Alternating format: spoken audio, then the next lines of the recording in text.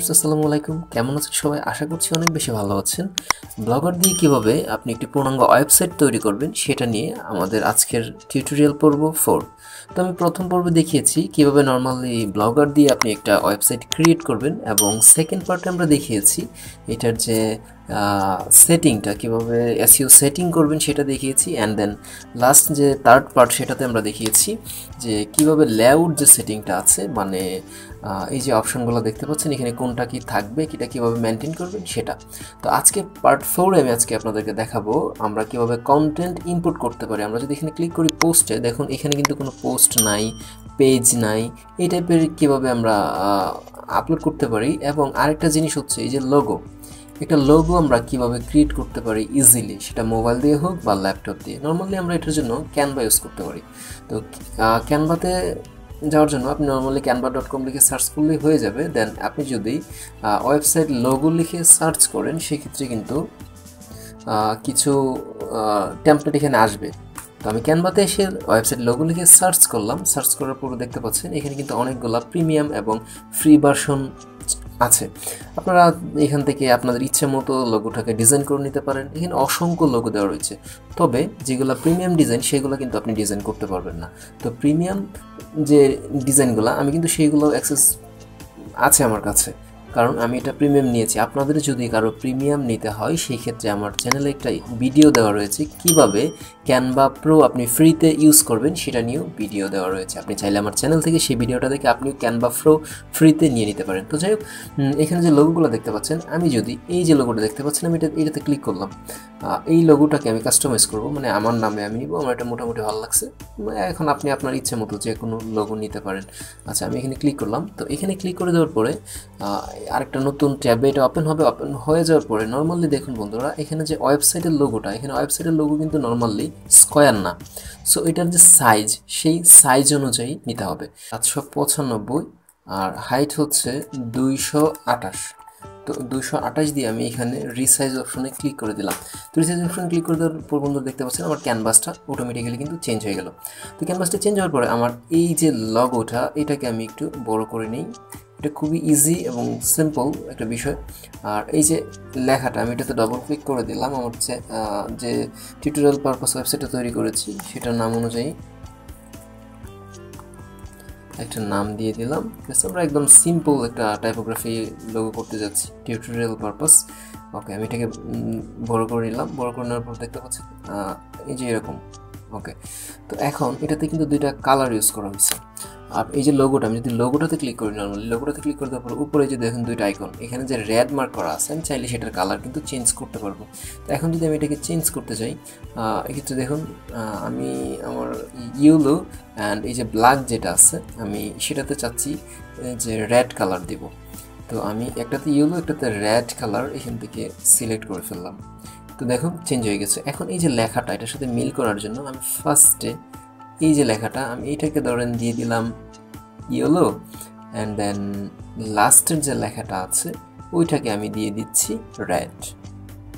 Wow, এখন দেখতে পাচ্ছেন এখানে যে আমাদের লোগোটা হয়েছে এটা কিন্তু মানে একটা কালারফুল এবং খুব ভালো মানের লোগো মোটামুটি হয়ে গিয়েছে। তো যাই হোক, আপনারা চাইলে আরও আপনার ইচ্ছে মতো আরও সুন্দর লোগো ডিজাইন করতে পারেন। দেন এরপর শেয়ারে ক্লিক করে দেবেন, জাস্ট ডাউনলোডে ক্লিক করে দেওয়ার পর এখানে ট্রান্সপারেন্ট ব্যাকগ্রাউন্ড, আমি ট্রান্সপারেন্ট ব্যাকগ্রাউন্ড চাচ্ছি। ট্রান্সপারেন্ট ব্যাকগ্রাউন্ড হচ্ছে যেটা কোনো ব্যাকগ্রাউন্ড থাকবে না, সেই অনুযায়ী একটা পিএনজি আমি ডাউনলোড করে নিচ্ছি। তো দেখতে পাচ্ছেন এই হলো লোগোটা বানানোর প্রসেসটা আমি আপনাদেরকে দেখাই দিলাম ক্যানভা দিয়ে। এখন আমি চাচ্ছি এখান থেকে আপলোড করব। তো এখান থেকে নর্মালি লেআউটে ক্লিক করে দিব। লেআউটে ক্লিক করে দেওয়ার পর উপরে লোগো আপলোড করার একটা অপশন থাকবে, হেডার লোগো যে অপশনটা, এখানে ক্লিক করে দিলাম। এখানে ক্লিক করে দেওয়ার পরে এইখানে একটা অপশন দেখতে পাচ্ছেন আপলোড ইমেজ ফ্রম কম্পিউটার। এখানে চুজ ফাইলে ক্লিক করার পরে সরাসরি আমার ফাইলে নিয়ে আসছে। এখান থেকে লোগোটা আপলোড হতে যেটুকু সময় লাগে এখানে আমাকে অবশ্যই একটু অপেক্ষা করতে হবে। এখানে আপলোড হয়ে গেছে, দেন আমি সেভে ক্লিক করলাম। ওকে, তো সেভে ক্লিক করার পর উপরে লোগো রয়েছে। দেন এখানে কিন্তু ফুটারের কাছে আরেকটা লোগো অপশন রয়েছে, সেইখানে লোগোটা আমি চেঞ্জ করে দিচ্ছি। এই জন্য আমাকে নিচে যেতে হবে অ্যান্ড ফুটার মেনু, এটা না, এটা ঠিক আরেকটু উপরে maybe about us. Okay, about us যে সেকশনটা, এইখানে কিন্তু আবার ওই লোগোটা দেওয়া রয়েছে। তো এই যে দেখতে পাচ্ছেন এইখানে সেমভাবে চুজ ফাইলে ক্লিক করে দেন আমি লোগোটাকে সিলেক্ট করলাম। সিলেক্ট করার পর লোগোটা একটু লোড নেবে আপলোড হতে। আপলোড নেওয়া কমপ্লিট হয়ে গেলে আমি এখান থেকে সেভে ক্লিক করে দিলাম। তো আমার এটা কমপ্লিট। এখন আমি এটাকে রিলোড করব। রিলোড করে দেখেন এখন কিন্তু আমাদের লগোটা চেঞ্জ হয়ে গিয়েছে। আচ্ছা, এখন আমি কন্টেন্ট কিভাবে আপলোড করব, এখানে আমি সেটিং অপশনে চলে গেছি।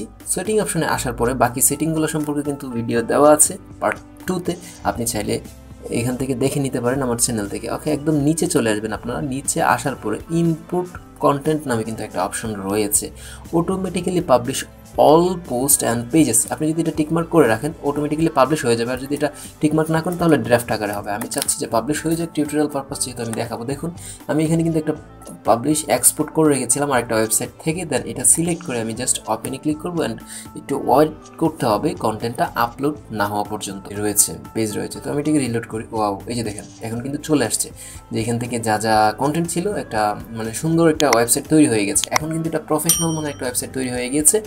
আর এখানে যে সাইড বারের সেটিংটা এটাও কিন্তু দেওয়া রয়েছে, আপনারা চাইলে এখান থেকে চেঞ্জ করে নিতে পারেন। তো এই ছিল ব্লগার ওয়েবসাইটের মোটামুটি একটা সেটিং, যেমন লোগো আপলোড করা। এখন আরেকটা জিনিস কিন্তু বাকি রয়েছে, সেটা হচ্ছে এখানে মেনু বারে মেনুটা কীভাবে অ্যাড করবেন।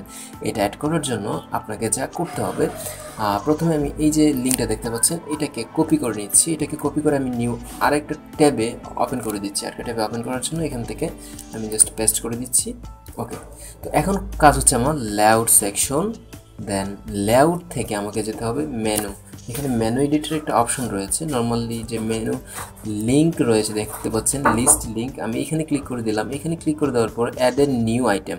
তো অ্যাড এ নিউ আইটেমে ক্লিক করে দেওয়ার পরে এইখানে আপনাকে সাইটের নেম বলতেছে, মানে আমি ধরেন প্রাইভেসি নামে এখানে একটা পেজ ক্রিয়েট করতে যাচ্ছি। তো এইখানে কাট কে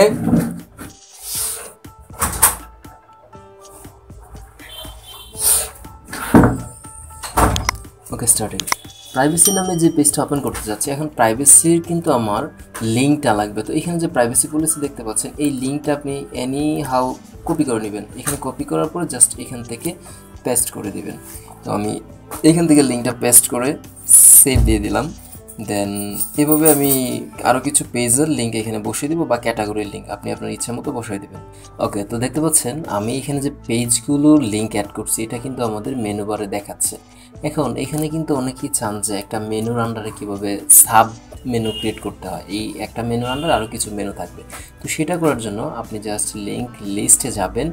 লিঙ্ক লিস্টে গিয়ে এখানে একটা হাইপেন অ্যাড করে দিবেন। ধরেন আমি প্রাইভেসির আন্ডারে চাচ্ছি, ডিসক্লেমারটা প্রাইভেসির আন্ডারে সাব ক্যাটাগরি বা সাব মেনু হিসেবে কাজ করবে। তো এখান থেকে আমি যদি নর্মালি এটাকে একটা হাইপেন দিয়ে সেভ করে দিই তাহলে দেখবেন যে এটা সাব ক্যাটাগরি হিসেবে অ্যাড হয়ে গিয়েছে।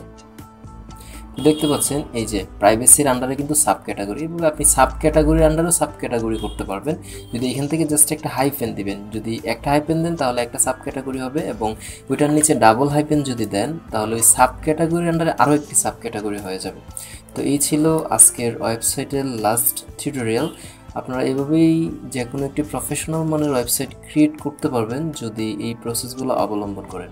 সবাই ভালো থাকবেন, সুস্থ থাকবেন, আল্লাহ।